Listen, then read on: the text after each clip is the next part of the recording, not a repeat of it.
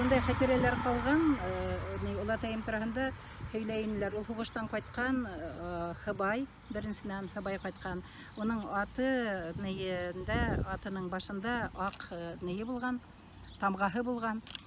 Шунан уның мылтыгы булган, мылтык менән кайткан ул. Соңнан кемдер миңа әйтте, тимәк олатайыгыз ябай кеше булмаган, офицерларга гына рөхсәт бирелгән дип.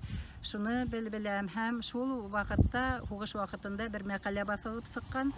Тимәк ул безнең урындагы газет булмаган, Ситирдә булган ул мәкалә. Шунда уны язалар Василий Захарович дип аны атагандар.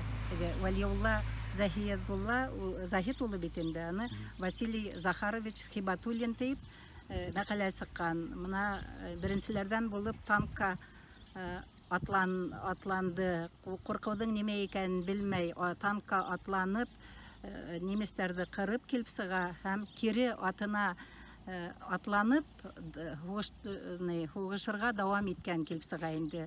Теге аты өркмәгән дип, аты турында язгандар, менә шундай шәп аты булган дип, башкорт аты булган.